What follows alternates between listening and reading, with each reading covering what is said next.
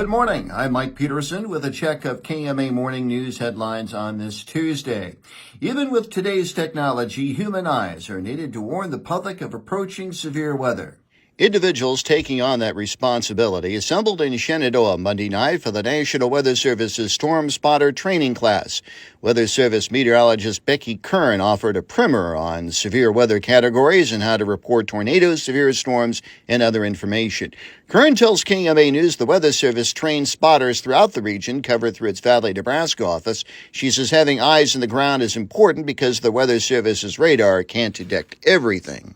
We have our tools, and all those tools have limitations. Our radar can only see into southwest Iowa. The lowest we can see is about 5,000 feet. In addition, satellite information is only good from outer space, that we're looking at the tops of the clouds. So we really depend on the spotter's eyes to tell us what is really going on at the ground. And what that helps us to do too is to see how to advance the warning. Do we need to keep the warning going for the next county or city? Or can we let it be expired or cancel it early for those folks? With the risk of severe storms each year, Kern says it's important for the Weather Service to educate the public and as many people as possible on storm spotting techniques. Elsewhere, replacement of the Gladys Worsick Jones Auditorium seating is getting a financial boost. By unanimous vote late Monday afternoon, the Shenandoah School Board approved a $100,000 donation from the Shenandoah, Iowa Education Foundation for that seat removal project. Most of the project's cost is covered by that. Shenandoah School Superintendent Dr. Carrie Nelson says board members directed the district to secure donations to replace the auditorium seat.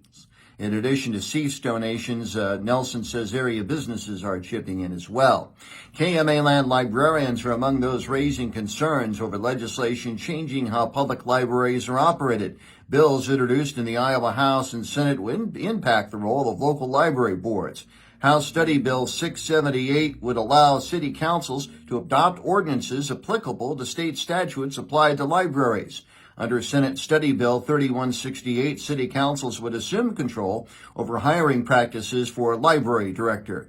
Andrew Hoffman, who is the director of the lead public library in Clarinda, and Shenandoah Public Library Director Carrie Falk both expressed concerns over that legislation in interviews on KMA News. KMA on track weather, cloudy through mid-morning today, then gradual clearing, highs to the mid-50s, mostly clear tonight with lows in the upper 20s.